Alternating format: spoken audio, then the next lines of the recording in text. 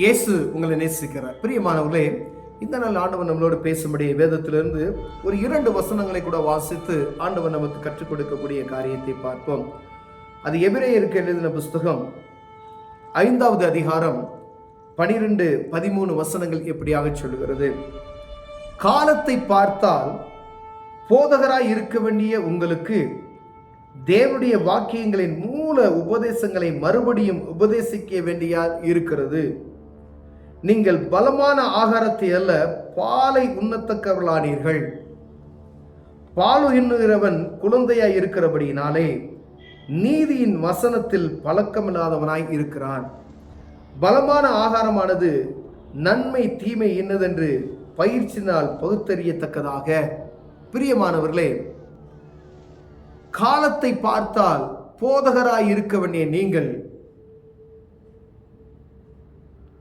தேவனுடைய வாக்கியங்களின் மூல உபதேசங்களை மறுபடியும் உபதேசிக்க வேண்டியதாய் இருக்கிறதே என்று சொல்லுகிறார். நான் ரட்சிப்பின் அனுபவத்தை பெற்றுக்கொண்டு நான் கிறிஸ்தவன் என்று சொல்லி ஆண்டான் என் பரம்பரை என்னுடைய 3 தலைமுறைகள் கிறிஸ்தவர்கள் என்று நாம் சொல்லி பெருமையாய் சொல்லிக் கொண்டிருப்போம். ஆனால் புதிதாய் ரட்சிப்பின் அனுபவத்தை பெற்றுக்கொண்ட ஒரு மனிதன் நிமித்தமா நாம் சுவிசேஷத்தை மீண்டுமாய் ஏற்றுக்கொள்ளக்கூடிய ஒரு சூழ்நிலையில் இருக்கிறோம் என்பதை நாம் புரிந்து கொள்ளும்படி அழைக்கப்படுகிறோம். நான் கிறிஸ்தவ குடும்பத்தில் பிறந்தேன், கிறிஸ்தவனாகவே வளர்க்கப்பட்டேன், ஆலயத்துக்கு போவேன், அப்படிதான் இருந்தேன். 27வது வயதுல வேறு ஒரு மதத்தினுடைய ஒரு சகோதரன் ரட்சிப்பை பெற்றுக்கொண்டு அவர் என்னை ஒரு ஜெப கூட்டத்திற்கு அழைத்து கொண்டு சென்றார். பிரியமானவர்களே, 27 வருடம் நான் கிறிஸ்தவனாய் இருந்தேன்.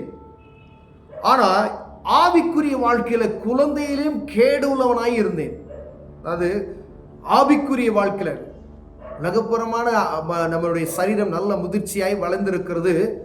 ஆனா ஆண்டவர் விரும்புகிற ஒரு காரியம் எப்படின்னு சொன்னீங்கன்னா, வயதுக்கேற்ற வளர்ச்சியை நம்ம எப்படி விரும்புகிறோமோ வயதுக்கேற்ற ஆவிக்குரிய தன்மையும் தொடர்ந்து வர வேண்டும். பிரியமானவர்களே, இஸ்ரவேல் ஜனங்கள் ஆண்டவர் வேலை 3மே ஒன்று கூடி அவர்கள் ஒருமிச்சு அவர்கள் செய்வார்கள். ஆண்டவரோடு இணைந்துதான் அவருடைய வாழ்க்கை நடைமுறைகள் இருக்கிறது நாம் பார்க்க முடிகிறது. கர்த்தருடைய பிள்ளைகள், பிரித்தெடுக்கப்பட்ட ஆசாரியர் கூட்டம் என்று சொல்லப்படுகிற நாம் ஆண்டவரையும் சார்ந்து என் வேலை, நான், என் குடும்பம், தெய்வம் அப்படிதான் இருக்கணும். பரிசுத்தத்தோடு கூடிய ஒரு உணர்வோடு செயல்படுகிற ஒரு அனுக்கிரகத்திற்கு நம்ம வைத்திருக்கிறார் ஆண்டவர். ஆனால் நாம் இன்னும் ஆவிக்குரிய வாழ்க்கையில குழந்தைகளை போல இருக்கிறோம்.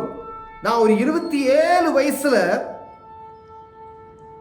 அதாவது ஒரு குழந்தை இருக்குன்னு வச்சுக்கோங்களேன், இந்த வயசுல தான் இந்த பால் குடிக்கணும், இந்த வயசுல இந்த மாதிரி கொஞ்சம் கடினமான உணவு அப்படியே கொஞ்சமா தான் மாற்றி அந்த பிள்ளை நடக்கணும் அப்படின்றது கொண்டு வருவோம்.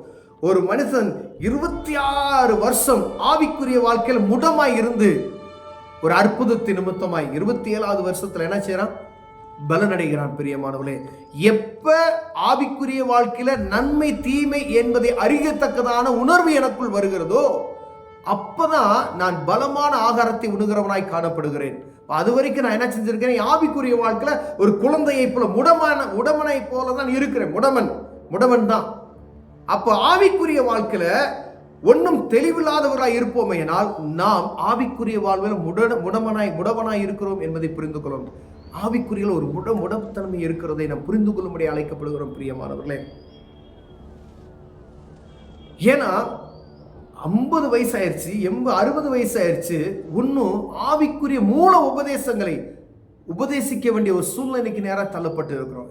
இத்தனை பெரியவங்களுக்கு இப்படிலாம் இல்லை, இயேசு கிறிஸ்து தான், அவர் தான் சர்வ வல்லமையுள்ள தேவன் என்று நாம் சொல்லுகிறது நாம் பார்த்திருக்கிறோம். பிரியமானவர்களே, அப்படிப்பட்டதான ஒரு காரியம் ஒரு சிறு பிள்ளை, இப்ப இருக்கக்கூடிய 20 வயசு பிள்ளை ஒரு பெரியவங்கிட்ட போய் இதை சொல்லிக் கொடுக்கக்கூடிய ஒரு சூழ்நிலைக்கு நேரம் இருக்கிறோம்னா, ஏதோ கடமைக்கு வாழ்ந்தோம், சாப்பிட்டோம், மறிச்சு போனோம் அப்படின்ற ஒரு சூழ்நிலைக்கு நேரம் மக்கள் தள்ளப்பட்டு இருக்கிறது நான் பார்க்க முடிகிறது. வாழ்ந்தோம், இன்னும் செத்தோம், அவ்வளவுதான். ஆனா அதை காட்டிலும் ஒரு ஐக்கியம் உண்டு என்பதை மறந்து போய் ஆண்டவருக்கும் உனக்கும் எனக்கும் ஒரு ஐக்கியம் உண்டு இருக்குது என்பதை நாம் மறந்து போய்விட்ட. பெரிய ஒவ்வொரு குடும்பத்துக்கும், உலகத்துல மனிதனாய் பிறக்கப்பட்ட ஒவ்வொருவருக்கும் தேவ பிரசனம் சூழ்ந்து கொண்டே இருக்கிறது. அவர் வந்துகிட்டே தான் இருப்பார் நம்ம பக்கத்துல. ஆனா எப்ப அவரை தேடுகிறோமோ அப்பொழுது நாம் கண்டறிந்து கொள்ளுகிறோம் பிரியமானவர்களே. ஒரு மனிதன் சிறு வயதிலேயே வளர்க்கப்பட்டாலும் ஆண்டவருடைய பிரசன்னத்தை ஒரு குறிப்பிட்ட வயதில் பெற்றுக்கொள்ள முடிகிறது. ஆனா ஆண்டவருடைய நான் கிறிஸ்தவன் என்று சொல்லிவிட்டு நான் ஒரு 27 வயசுல தான் அந்த ஆவிக்குரிய தன்மையை நான் அறிந்து கொள்ள முடிகிறது, ஞானம் அடைய முடிகிறது. நான் பார்த்துங்க, அவ்வளவு ஆண்டவர் சொல்றாரு, நீ இன்னும் பால் உண்கிற குழந்தை. எத்தனை பேர் இப்படி பால் உண்கிற குழந்தையை போல இருக்கிறோம். இன்னும் சேர்ச்சுக்கு போறோமா, ஏதோ சாமியார் சொல்றாரு, போதகர் சொல்றாரு, அதை கேட்டுட்டு அப்படியே வரோமா? இல்லை, இவர்கள் பேசுவது சரியா, இவர்கள் பேசுகிறது ஆண்டவர் சொல்கிற வார்த்தையா என்பதை யூகிக்கத்தக்கதான, இது நன்மை தீமை என்று அறியத்தக்கதான உணர்வு கீழே போட்டு பாருங்க.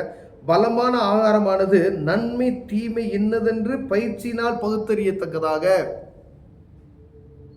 ஒரு மனுஷன் பேசுவேன், நானே பேசுறேன் அப்படின்னா, இதை நான் சரியா பேசுறேன்னா சரியா பேசல என்று நீங்க பார்க்கிறவர்கள் நினைச்சலாம் கண்டுபிடிச்சிடலாம்.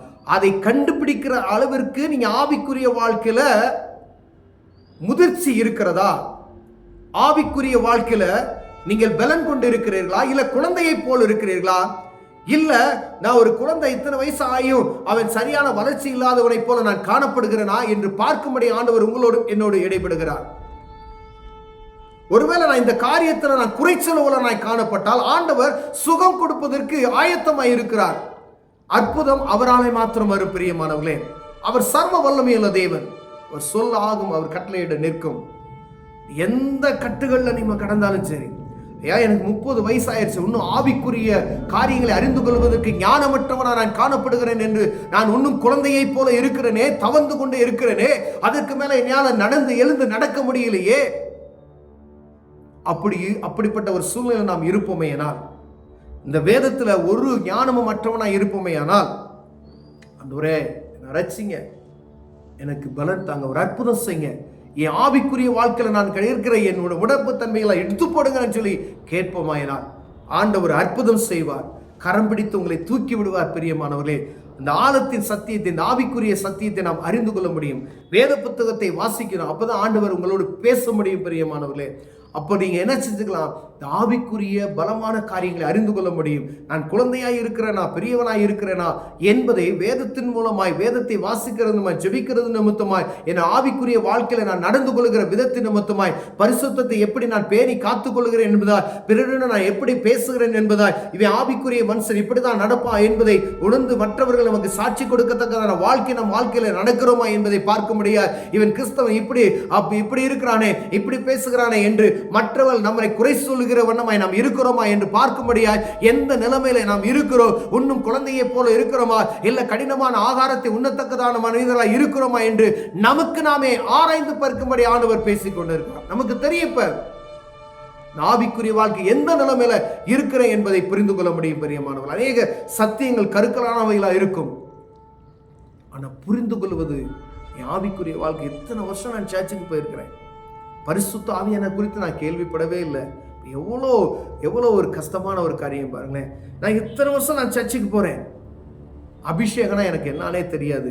எவ்வளோ கஷ்டம் பாருங்களேன். நான் இத்தனை வருஷமா சர்ச்சுக்கு போறேன், என் தாத்தா காலத்துல இருந்து நான் சர்ச்சுக்கு போறேன் அப்படின்னு சொல்லிட்டு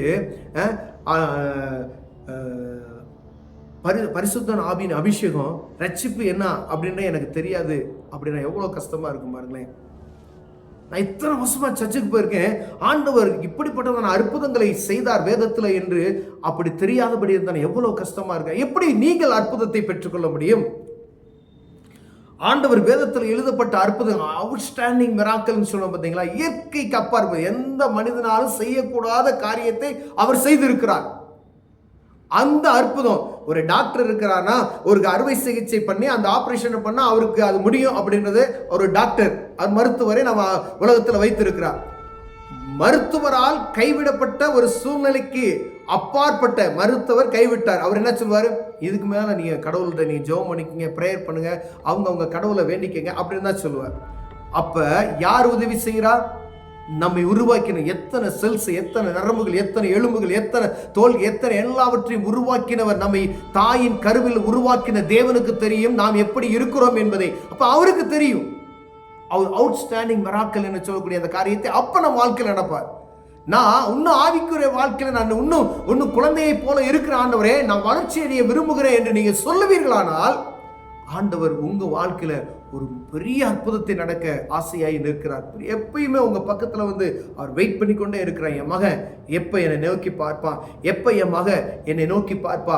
உங்களுக்கு உதவி செய்வதற்காக தான் அந்த பூமியில இருக்கிறார். அவருடைய வருகை ஏன் தாமதமாய்க்கொண்டே இருக்குதுன்னு சொன்னா, என் பிள்ளை ஒரு நாள் கெட்டு போகக்கூடாது, என் உலகத்துல இருந்த எல்லா மனிதர்களும் ஒருவரும் கெட்டு போகக்கூடாதுன்னு சொன்னா, ஒவ்வொரு ஒரு பக்கத்திலையும் வந்துட்டு தான் டெய்லி போறாரு. இந்த பூமியில நம்மளை எப்பொழுதும் பார்த்து கொண்டிருக்கிறார். அவருடைய கண்கள் பூமி எங்கும் உலாவிக் கொண்டு இருக்கிறது வேதம் சொல்லுகிறது. பிரியமானவர்களே, அவருடைய பார்வைக்கு மறைவானது ஒன்றும் இல்லை. நீங்க என்ன செஞ்சாலும் அவர் பார்த்து கொண்டு இருக்கிறார். ஆனா நீங்க எப்ப ரட்சிப்பின் அனுபவத்தை பெற்றுக்கொள்வீங்க, நீங்க எப்ப அவரை பார்ப்பீங்க, எப்ப என்னை நோக்கி என் பிள்ளை கூப்பிடும் என்கின்ற ஏக்கத்தோடு அவர் சுத்தி வந்து கொண்டே இருக்கிறார். அதுக்கே அவருடைய வருகை தாமதமாய் கொண்டு இருக்கிறது என்று நான் புரிந்து கொள்ளும்படியாய் என்னுடைய ஆவிக்குரிய வாழ்வு மேன்மைக்காய் உங்களோடும் என்னோடு பேசிக்கொண்டு இருக்கிறார். பிரியமானவர்களே, ஒவ்வொரு நாளும் அதை வளர்ச்சி பெறத்தக்கதாய் ஒரு குழந்தை எப்படி ஒவ்வொரு நாளும் ஒவ்வொரு படி உயர்கிறதோ, அதே போல என்னுடைய ஆவிக்குரிய வாழ்க்கையின் தன்மையும் உயர்ந்து கொண்டே இருக்கும்படி ஆண்டவர் விரும்புகிறார்.